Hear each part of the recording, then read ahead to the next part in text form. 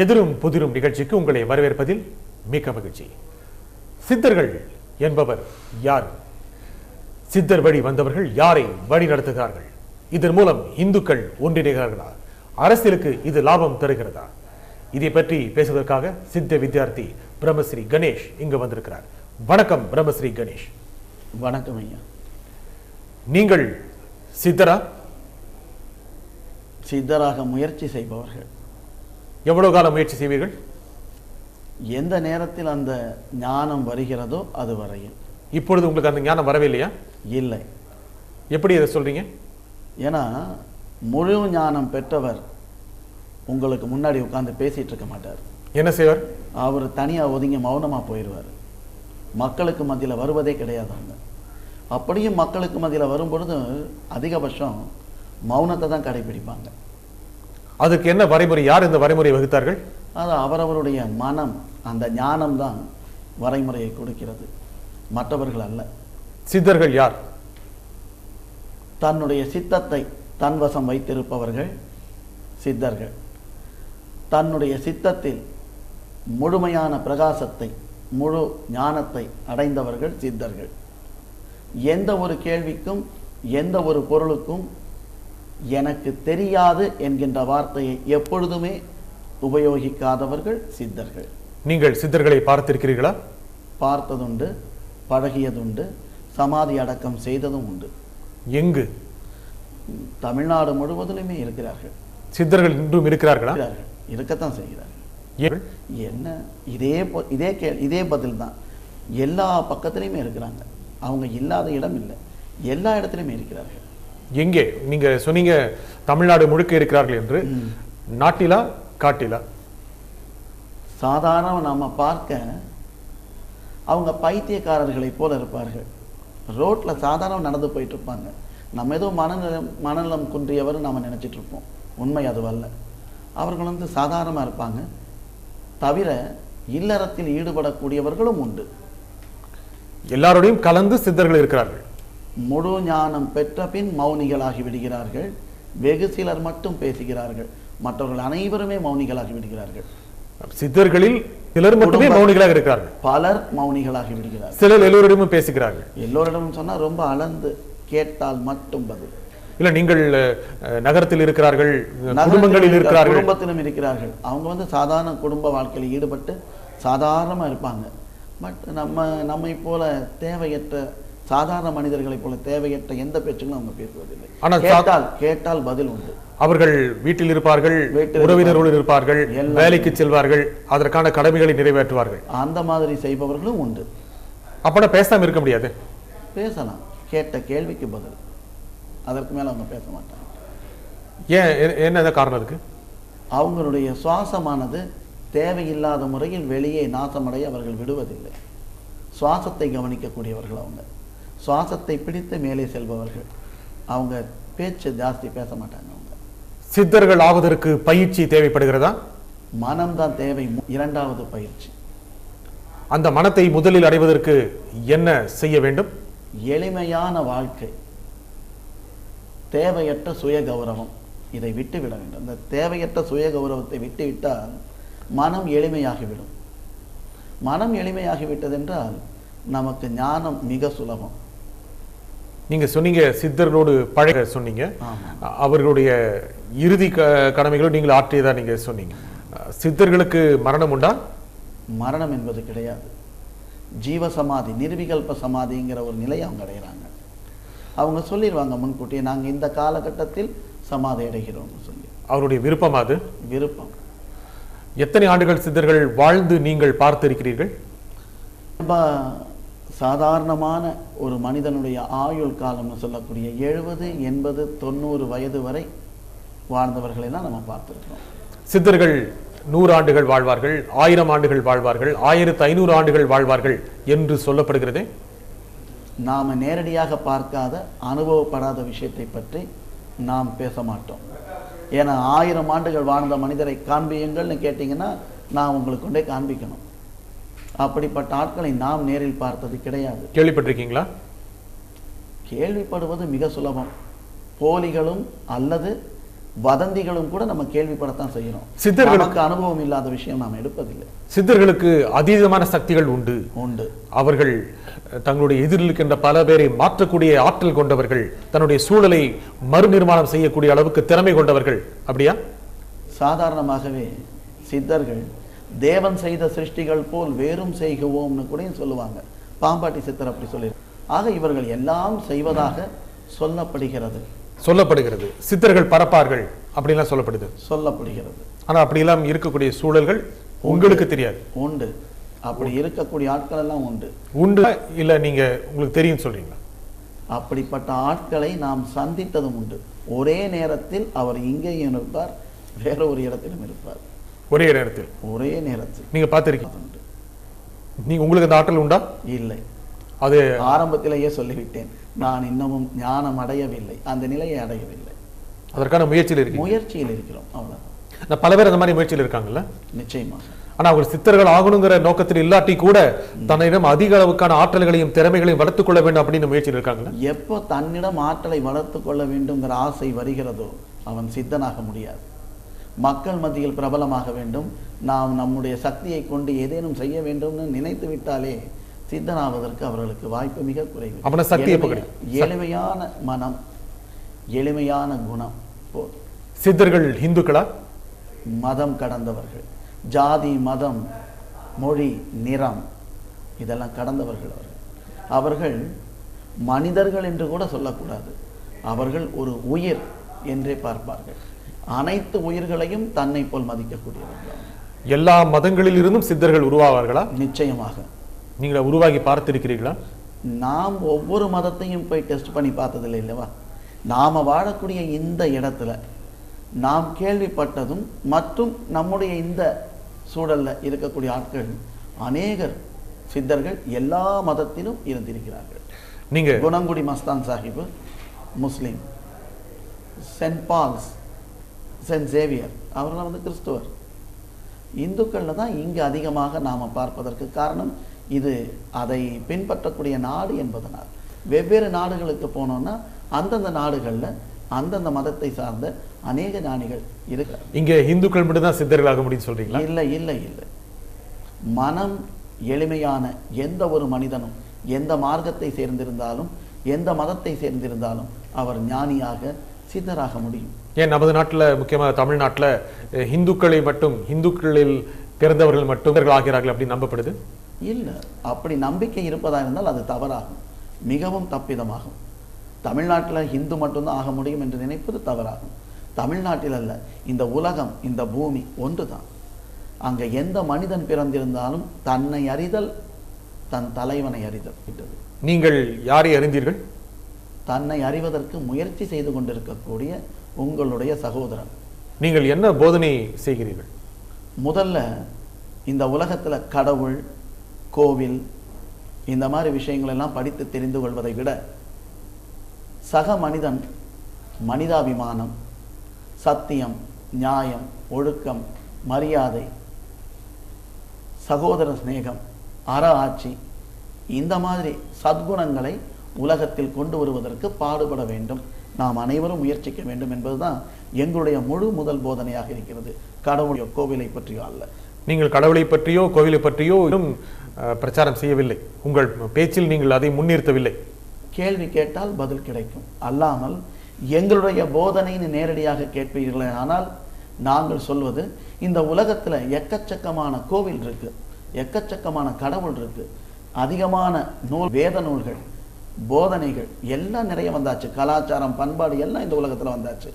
ஆனாலும் விபச்சாரம், ஆபாச படம், ஆபாச புத்தகம், பெண்ணினத்திற்கு எதிரான பாலியல் கொடுமைகள், கொலை, கொள்ளை, வஞ்சகம், இந்த நிகழ்வுகள் இன்று வரை யாராலும், எந்த கடவுளாலும், எந்த கோயிலினாலும் நிறுத்த முடியவில்லை. தொடர்ந்து பேசுவோம். சமூக எவற்றின் வெளிப்பாடுகள், இதை பற்றி பேசுவோம். இடைவெளிக்கு முன்னால் சொன்னீங்க, நீங்கள் கடவுளை முன்னிறுத்துவதில்லை, கோயில்களை முன்னிறுத்துவதில்லை, உலகில் இவை எல்லாம் கூட இன்னும் கூட சமூக அவலங்கள் தொடர்ந்து கொண்டிருக்கின்றன அப்படின்னு. ஆகையினால என்ன காரணம்? இத்தனை கடவுள், வேதம், யோகம், ஞானம், இத்தனை விஷயங்கள் இருந்தும் இந்த உலகத்தில் இந்த சமூக அவலங்கள் மாற வேண்டும் என்றால் என்ன இங்கு குறைந்திருக்கிறது? இதெல்லாம் நிறைந்து விட்டது. என்ன குறைந்திருக்கிறது? என்னவென்றால் சத்தியம், நியாயம், மரியாதை, ஒற்றுமை, சகோதர சிநேகம், அற ஆட்சி, இந்த மாதிரி விஷயங்கள்லாம் குறைந்து விட்டது, அருகிவிட்டது. நீங்க சொன்னது மாதிரி கோயில்கள் வேண்டாம், கடவுள் வேண்டாம் அப்படின்னு சொல்றீங்களா? கோயிலும் கடவுளும் வேணுமா வேண்டாமா? அதை பற்றி தெரிந்து கொள்வதற்கு முதலில் நம்மிடம் சத்தியம் தேவைப்படுகிறது. ரொம்ப சுலபமா சொல்லாமே, இந்த கொஞ்சம் முன்னாடி நான் சொன்ன இந்த நற்பண்புகள் எதுவுமே இல்லாத ஒரு மனிதன் இவர்கள் வணங்கும், இவர்கள் நம்பிக்கை வைத்திருக்கக்கூடிய கோவிலுக்குள் செல்வதாக இருந்தால் அங்கு இருக்கக்கூடிய உண்மையான இறைவன் இவ்வளவு மோசமான மனிதனை பார்த்தோன்னா இறங்கி ஓடி போயிருப்பார். அதே சமயத்துல இந்த சத்தியம், நியாயம், மரியாதைன்னு சொல்லக்கூடிய இந்த நற்பண்புகள் எல்லாம் உடைய மனிதன் கோயிலுக்கு போகவில்லை என்றாலும் கடவுள் அவனை தேடி வந்து விடுவார். நீங்கள் முதல்ல ஒரு உதாரணம் சொன்னீங்க, ஒரு மோசமான குணநலன் கொண்டவர் கோயிலுக்கு சென்றால் கடவுள் இறங்கி ஓடி வருவார் அப்படின்னு சொன்னீங்க. அது திரைப்பட காட்சி மாதிரி இருக்கு. அதாவது எதற்காக திரைப்பட காட்சியை நீங்க உருவப்படுத்தி? இல்லை, நான் திரைப்படம் எனக்கு தெரியாது, நாங்க திரைப்படம் பார்ப்பதில்லை, எங்களுக்கு தெரியாது. சரி, அப்போ சரி, நீங்க பொறுத்தவரை கோவில்கள், தெய்வங்கள் எந்த மதமாக இருந்தாலும் வேண்டாம் அப்படித்தானே? இல்ல, வேணும். வேண்டும் என்றல்ல, வேண்டுமா வேண்டாமா? அதற்கு முன்பாக இந்த சத்தியம் வேண்டும். கோயிலையும் கடவுளையும் நாங்கள் வெளியில் பார்ப்பதில்லை. எல்லா ஏகதேச மார்க்கங்கள், மதங்கள் கடவுளை பற்றி என்ன சொல்கிறது என்றால், சர்வவியாபி, எங்கும் நிறைந்திருப்பவன். எங்கும் இருப்பவனாக இருந்தால் நம்முடைய உடலும் இருக்க வேண்டும் அல்லவா? நம்ம உடம்புக்குள்ள இறைவனை வச்சுக்கிட்டு நாம் எதுக்கு வெளியில போய் தேடணும்? இது முதல் விஷயம். கோவில் என்பது எதுன்னு கேட்டா இந்த உடல் தான் கோவில் ஆகிறது. ஆனா ஆக மொத்தம் நீங்க ஏதோ இடத்துல கோயில் இருக்குங்கிறீங்க. அது இந்த உடல் தான். ஏதோ ஒன்றை கோயிலாக நினைக்க வேண்டும். உள்ளம் பெருங்கோயில், ஊனுடம்பு ஆலயம். இது திருமூலர். பைபிள் என்ன சொல்லப்பட்டிருக்கு? நீங்கள் தேவாலயம் என்பதையும் தேவி உங்களில் வாசமாய் இருக்கிறார் என்பதையும் அறியாது இருக்கிறீர்களா? நீங்களே உயிருள்ள தேவனுடைய ஆலயமாக இருக்கிறீர்கள் பைபிள் சொல்லுது. சோ இந்த உடல் தான் தேவாலயம். உள்ளுக்குள் உறைந்திருக்கக்கூடிய அந்த உயிர் ஆற்றல் இறைவன். முடிந்தது. நாங்க வெளியில் தேடுவது கிடையாது. ஆனால் ஏதோ ஒரு வகையில் ஒரு சக்தியை நீங்கள் ஏற்கனவே இருக்கின்ற ஒரு மனிதன் மீது உள்ள ஒரு கோயில் இருக்கு, உள்ள ஒரு சக்தி இருக்கு அப்படின்னு திணிக்கிறீங்களா? நீங்கள் பேசுவதற்கும் நான் அதற்கு பதில் சொல்வதற்கும் காரணமும் அந்த சக்தி தானே. அந்த உயிராற்றல் இல்லை என்றால் இந்த எந்த விதமான நிகழ்வும் நடப்பதற்கு வாய்ப்பே இல்லை. தனியாக ஒரு கோயிலும் கடவுளும் வேண்டாம், அவசியம் கிடையாது. நீங்கள் கோயிலுக்கு செல்ல இல்லை, கோயிலுக்கு செல்வதையும் ஆதரிப்பதில்லை அல்ல. அது அவர்களுடைய சொந்த விருப்பு வெறுப்பை சார்ந்தது. என்னுடைய தனிப்பட்ட கருத்தை நான் என்னிடம் மட்டும் வைத்துக் கொள்கிறேன். கேட்டால் சொல்கிறேன். நீங்கள் தொடர்ந்து கடவுள் பற்றியும் ஆன்மீகம் பற்றியும் தொடர்ந்து பிரச்சாரம் செய்து வருகிறீர்கள், வியாக்கியானங்கள் செய்து வருகிறீர்கள். என்ன காரணம்? உங்களுடைய கேள்வி அதை பற்றி இருப்பதனால் நான் அதை பற்றி கூறுகிறேன். நீங்கள் வேறு கேள்வி கேளுங்கள், நான் வேறு பதிலை சொல்கிறேன். நீங்கள் தொடர்ந்து அது போன்ற பல மேடைகளில் பேசி வருகிறீர்கள். உங்கள் உடல் நலம் பற்றி பேசுகிறீர்கள், மனிதனுடைய நம்பிக்கைகள் பற்றி பேசுகிறீர்கள், கடவுள் பற்றியும் நிறைய பேசுகிறீர்கள். ஆனால் கோயில்களுக்கு செல்ல என்ன காரணம் என்றால், மக்கள் அதிகமாக தன்னுடைய தவறை திருத்திக் கொள்வதற்கோ அல்லது தவறிலிருந்து தப்பித்துக் கொள்வதற்கோ அவர்கள் உபயோகப்படுத்துவது கோவில். பாருங்க, தவறுகளுக்கு தப்பிப்பதற்காக தான் மக்கள் கோவில்களுக்கோ தேவாலயங்களுக்கோ மசூதிகளுக்கோ செல்கிறார்களா? அதிகமாக பாவ மன்னிப்பு என்கின்ற ஒரு அடிப்படையில் எல்லா மதங்களிலும் அப்படித்தான் செல்கிறார்கள். ஏன்னா ஒரு தவறே செய்யாத மனசாட்சி உடைய மனிதன் எங்கும் செல்ல வேண்டிய அவசியம் இல்லை. அவன் இருக்கும் இடத்தில் இறைவனை அவனே கண்டுவிடலாம். எது மனசாட்சி? நீங்க கேள்வி கேட்கும் பொழுது இது நியாயமான கேள்விதானான்னு உங்களுக்கு முன்கூட்டியே தெரிந்ததன் பின் தான் நீங்க கேட்குறீங்க என்கிட்ட. அந்த கேள்வி, அந்த அறிவு தான் மனசாட்சி. என்னிடம் கேட்பதற்கு முன்னாடி இந்த கேள்வி கேட்கலாம் கேட்க வேண்டாம் என்பதை தீர்மானிக்கிறது அல்லவா உங்களுடைய மனம், உள்மனம். அதுதான் மனசாட்சி. அது இருந்தா மத்தெல்லாம் தேவையில்லை. மனசாட்சி நியாயமானதான ஒரு மனசாட்சி இருந்தனா எதை பற்றியும் பயப்பட வேண்டியதே இல்லை. நீங்கள் சொல்றீங்க யாரும் என்ன கேட்கறோம் அதுக்கு தகுந்த மாதிரி பதில் சொல்றீங்க அப்படின்னு. ஒருவருக்கு மனசாட்சி இருக்க வேண்டும் அப்படிங்கிறீங்க, நல்ல குணநலன் இருக்கணும் அப்படிங்கிறீங்க. ஆகையால் மற்ற மத நம்பிக்கைகள் தேவையில்லை, இவையெல்லாம் இருந்தால் தேவையில்லை. எனக்கு தேவையில்லை என்றாகிவிட்டது, என்னை போன்றவர்களுக்கு தேவையில்லை என்றாகிவிட்டது. காரணம், மதங்களை போன்றவர்கள் யார்? என்னுடைய இதே எண்ணம் கொண்டவர். நாளைக்கு நீங்கள் கூட ஆகலாம், ஏன் இதை பார்த்து கொண்டிருக்கக்கூடிய யார் வேண்டுமானாலும் ஆகலாம். மதம் என்கின்ற ஒரு நிலைமை வரும்பொழுது என்னுடைய மதத்திற்கு வேண்டி நான் எதுவும் செய்வேன், இன்னொரு மதத்தை நான் அனுசரிக்க மாட்டேன்கிற ஒரு எண்ணம் வந்து விடுகிறது. அப்பொழுதே மனிதர்களுக்குள் ஒற்றுமை போய்விடுகிறது. அப்போ ஒற்றுமை போய்விட்டதென்றால் அங்கு மரியாதை கிடைக்காது. எங்க ஒற்றுமையும் மரியாதையும் இல்லையோ அங்க இருக்காது. நியாயம் இல்லாத இடத்துல சத்தியம் நிற்காது. ஆகவே மதம் என்கின்ற நிலைமற்றி விட்டு மனித நேயம் என்பதை கொண்டு வர வேண்டும் என்பதுதான் எங்களுடைய ஒரு அடிப்படை கருத்து. நீங்க சொன்னீங்க, உங்களை பத்தி நீங்க சொல்லிட்டீங்க, என்னுடைய மதம் அப்படின்னு. என்னுடைய மார்க்கம், வழி, என்னுடைய எண்ணம், என்னுடைய அபிப்பிராயம், என்னை போன்றவர்களுடைய ஒரு கூட்டு அபிப்பிராயம் இதுதான். ஆனால் மற்ற அபிப்பிராயத்தை கோவிலுக்கு செல்வதோ அல்லது கடவுளை வழிபடக்கூடிய மார்க்கத்தில் மாற்றங்களோ இருப்பதை சென்று கேலி செய்வதோ அல்லது அவர்களை பற்றி விமர்சனம் செய்வதோ கிடையாது. காரணம், அவர்களுக்கு தெரிந்த வகையில் அவர்கள் இருக்கிறார்கள், அவ்வளவுதான். தெரியும் பொழுது ஏன் நானும் அந்த மாதிரி ஒரு ஃபேமிலியிலிருந்து வந்த ஆள் தானே. உங்களுக்கு மதம் இருக்குல்ல? இல்லை. என்னுடைய குழந்தைகளுக்கு ஜாதி மதம் எங்களுடைய ஸ்கூல்ல குறிப்பிடுவது கிடையாது. நீங்கள் மதத்தை சேர்ந்தவர் இல்லையா? இல்லை, மனிதனை சேர்ந்தவன். நீங்கள் மதங்களை ஊக்குவிக்கிறீர்களா இல்லையா? இல்லை. நீங்களே நாங்கள் எங்களுடைய அளவில் மதத்தை ஏற்றுக்கொள்வதில்லை. நீங்கள் சொல்வதே ஒரு மதமா?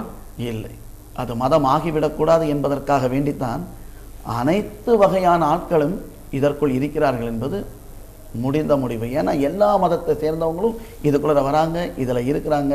இதை ஒரு மதம் என்று எந்த காலத்திலும் கொண்டு வர முடியாத அளவுக்கு இதனுடைய சட்டத்துக்கு ஜாதி விட்டு ஜாதி தான் கல்யாணம் செய்ய வேண்டும், இப்படிலாம் இதுல நிறைய சட்டங்கள் இருக்கு. இதுக்கு ஒரு சட்டம் வச்சிருக்கீங்களா? எஸ், உங்க அமைப்புல இருக்கு. இந்த மாதிரி சட்டம் போடலாமா? சட்டம் இல்லை என்றால், வேலை இல்லை என்றால் பாதுகாப்பு இருக்காது. இல்லை, இது மாதிரி தான் செய்யணும், ஜாதி விட்டு ஜாதி கல்யாணம் பண்ணணும் அப்படிலாம் சொல்றீங்களே, அது மாதிரி சட்டம் இருக்கலாமா? நிச்சயமா வேண்டும்.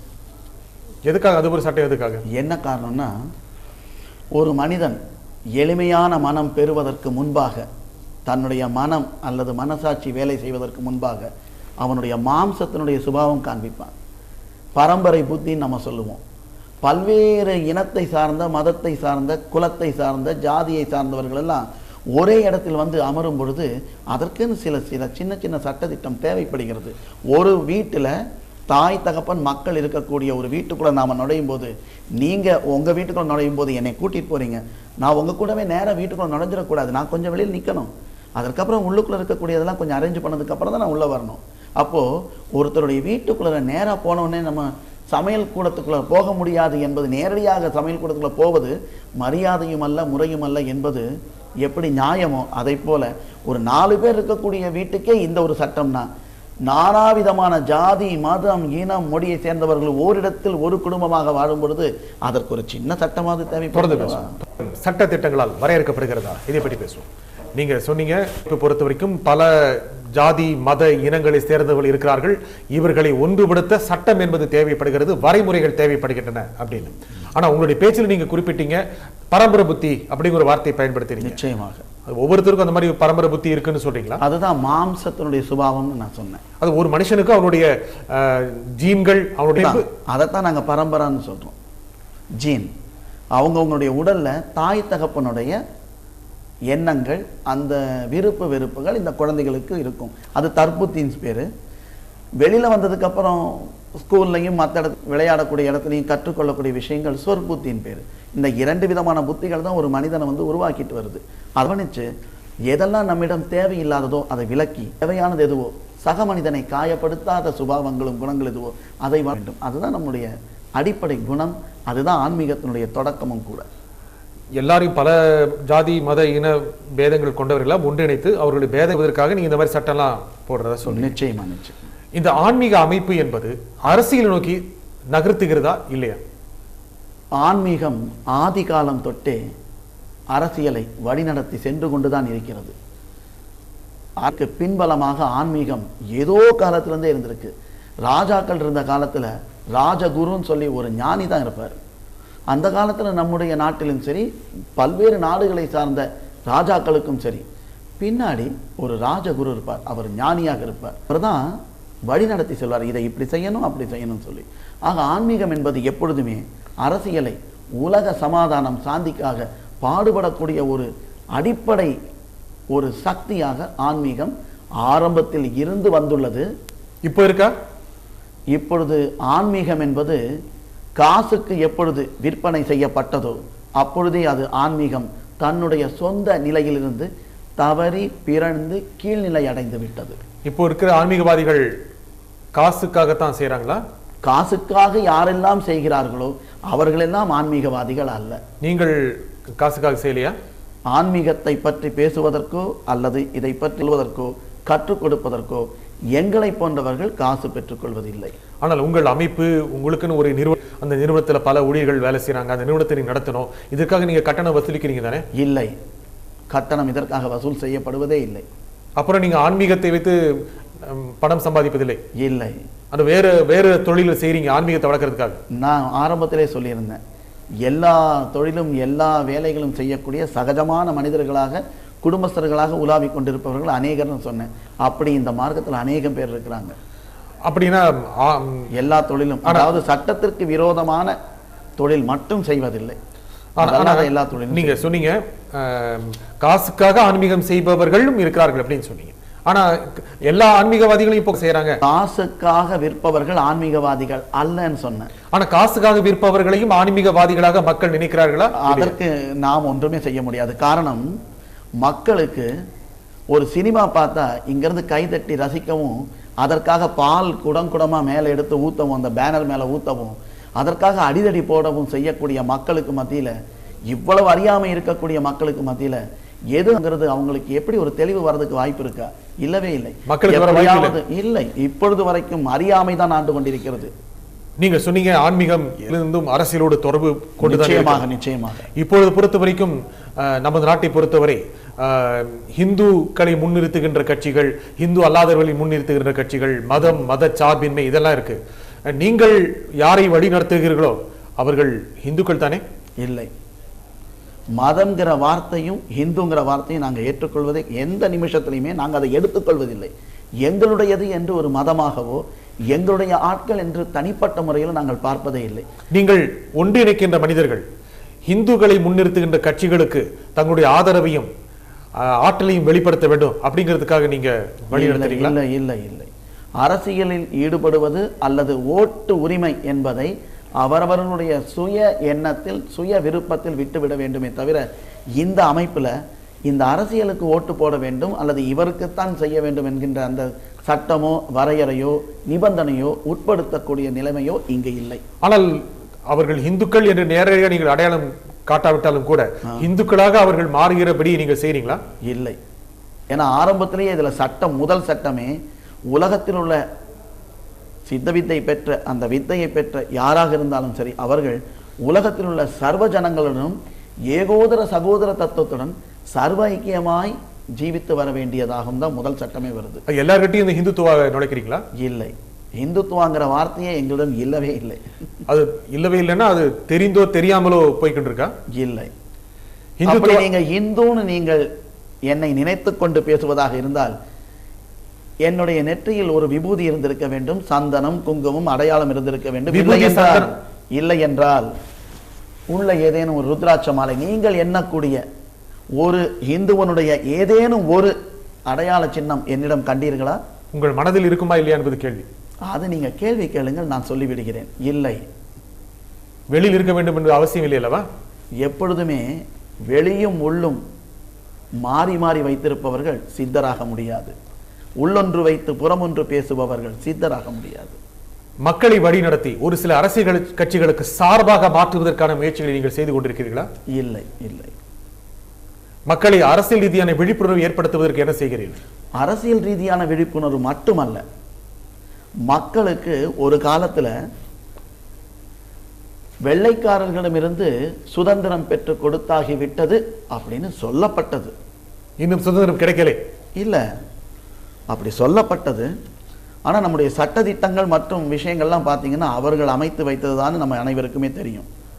ஆனாலும் நாங்கள் எதிர்பார்த்து கொண்டிருக்கக்கூடிய சுதந்திரம் வெள்ளைக்காரரிடமிருந்து அல்ல, அறியாமையிடம் இருந்து பெற வேண்டும். அறியாமை. ஜாதிகள் இன்னும் கூட நமது நாட்டில் பெரும் பிரச்சனையாக இருக்கின்றன, ஜாதி மோதல் இருக்கின்றன. இவற்றெல்லாம் உங்களால் களைய முடியுமா? நான் மட்டும் நினைத்தால் முடியும் என்றால் இந்நேரம் செய்திருக்க முடியும். அது நடக்கவில்லை என்றால் என் ஒருவனால் முடியாது என்பது மிக சுலபமாக புரிந்து கொள்ள முடியும். அதுக்கு என்ன செய்கிறீர்கள்? முடிந்த அளவு மக்களுக்கு மத்தியில் கேள்வி கேட்கப்படும் பொழுது, நம்மிடம் கேட்கப்படும் பொழுது கேட்டுக்கொள்ள முடியும். என்ன, ஜாதி மதத்தை விட்டு நீங்கள் ஒற்றுமையாக இருக்க பாடுபடுங்கள். அப்படி சொன்னால் இருந்து விடுவார்களா? இல்லை இல்லை. எப்படி இருக்க முடியும்? அவரவர்களாக திருந்த வேண்டும். எப்படி அவரவர்களாக திருந்துவார்கள்? அவர்களுக்கு எப்பொழுது இந்த அறியாமையிலிருந்து விலகி வருகிறார்களோ அப்பொழுதுதான் திருந்துவார்கள். ஒருவருக்கு இருக்கின்ற மனநிலையை, ஒருவருக்கு இருக்கின்ற நம்பிக்கையை அறியாமை என்ற முத்திரை குத்தி விடுவீர்களா? அந்த நம்பிக்கை அல்லது அவருடைய வழி, அவருடைய மார்க்கம் சமுதாயத்தில் எந்த வகை காயம் ஏற்படாமல் செல்கிறது என்றால் அது இருந்து போகட்டும். ஆனால் சமுதாயத்தில் வெட்டும், குத்தும், கொலையும், பழியும் சமூக நலனுக்கு எதிரானதுமாக இருந்தால் அந்த நம்பிக்கை அறியாமையா இல்லையா என்பதை நீங்கள் தீர்மானிக்க. இதெல்லாம் வெட்டு, குத்து, அடிவது இதெல்லாம் இல்லாம இருந்தா ஜாதி இருக்கட்டும். இல்லை, அது ஒரே ஜாதியாக தான் இருக்கும், மனித ஜாதியாக இருக்கும். இந்த நிகழ்ச்சியில் கலந்து கொண்டு உங்கள் கருத்துக்களை கூறிமைக்காக பிரம்மஸ்ரீ கணேஷ் மிக்க நன்றி. நன்றி ஐயா, நன்றி. இத்துடன் எதிரும் புதிரும் நிகழ்ச்சி நிறைவடைகிறது. நாளை சந்திப்போம். நன்றி.